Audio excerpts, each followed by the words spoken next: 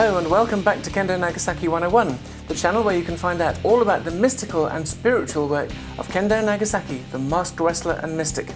My name is Atlantis and I'm the current spokesperson for Kendo. Okay, we're picking up from the video which described the continuing stellar ascent of Yogensha under the influence of his mentor and sensei Kenshiro Abbe, and the deeper ramifications and potential of Abbe's philosophy of Kyu Shin Do. As Judo was Abbe's chosen arena of expertise, Yogensha naturally came to feel that he would be Abbe's long-term protege and ambassador, absorbing everything he could learn and using Abbe's revolutionary techniques to gain an advantage over judoka who used traditional techniques, becoming the next generation torchbearer of excellence in competitive judo. Not only did this vision of the future seem entirely right and sensible, but events had been effortlessly falling into place in support of such an outcome. It seemed totally right. It seemed nothing short of being unwaveringly destined. As in the previous year, Yogensha dominated all opposition in the competitions and headed towards the championship medals with even more ease. But it was at this point that destiny intervened in a dramatic, unexpected and catastrophic way. Really, it is only with hindsight that we mortals can begin to get a glimpse of the machinations of destiny.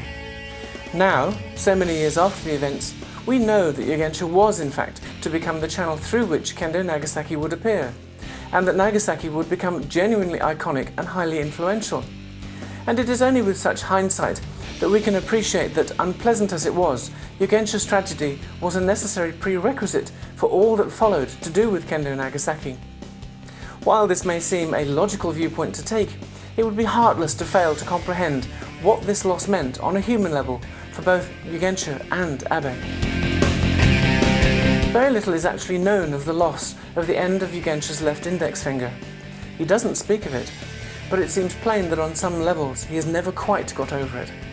Indeed, those closest to Yogensha have suggested that, willed by destiny or not, the loss of this finger still represents the loss of so much that young Yogensha had come to look forward to, such as competing at the 1964 Olympics in Tokyo, truly taking on Abbe's mantle, and in turn becoming a teacher of Kyu Shin Do Judo. But all that was taken away in an instant, and so cruelly. Yogensha was arguably at least 99% of what he'd been before, but he could no longer grip a judo jacket properly, and so, despite all his skills in other areas, he was no longer competitive at the highest level where he sought to be.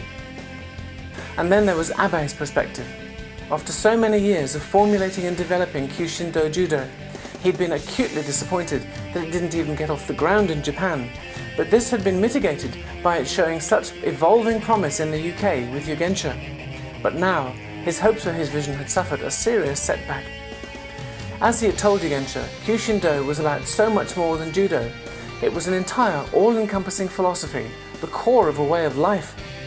Whilst he had had the opportunity to express its physicality through Yogensha, in the time they'd had, he'd been limited as to what he could pass on verbally about the philosophy, and he must have hoped that they'd have had more time enough for Yogensha to learn all about it and eventually teach it. But it was not to be. Karma and destiny will not be cheated, and they decreed that Kyu Shin Do's most promising student should leave the game. It was a bitter blow, as everything seemed to have been slotting into place so well. It was almost beyond comprehension. What had seemed destined would now not happen.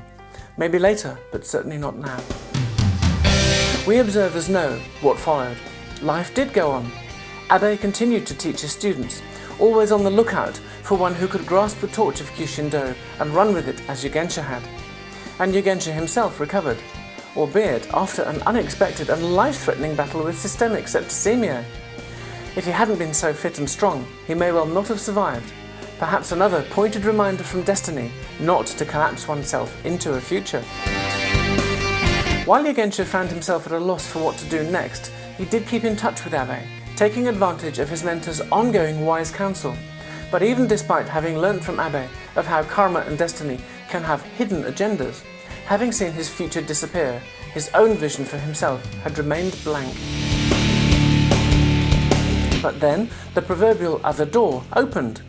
Through meeting new people, as he had competed in an ever-widening circle of judo clubs, Yogensha had become aware of professional wrestling and in particular, the highly specialized skill set which underpinned it, catch wrestling. This challenge began to appeal to Yogensha. His missing finger would be much less of a hindrance than in judo, as wrestling did not involve grabbing and holding a jacket, and he was already very agile and physically able, and perhaps he could bring his judo skills to bear as well. A path was beginning to emerge from the mists. Well, once again I'm afraid my time is up for this video, so please do come back to hear some more about the great Kendo Nagasaki. Thank you for watching, I'm Atlantis and I hope to see you all again very soon. So, as Kendo would say, onwards, bye bye.